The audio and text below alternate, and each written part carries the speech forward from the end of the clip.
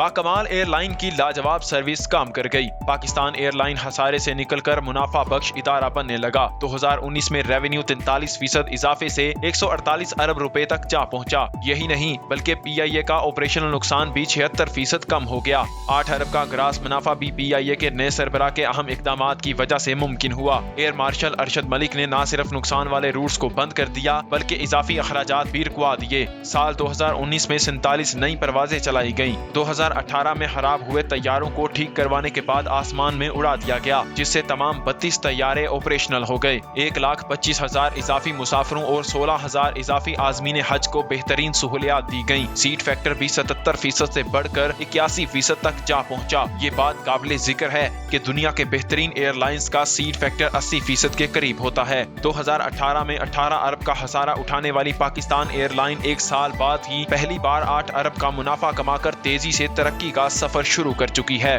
Muhammad Ali Kazmi, newsalert.com.pk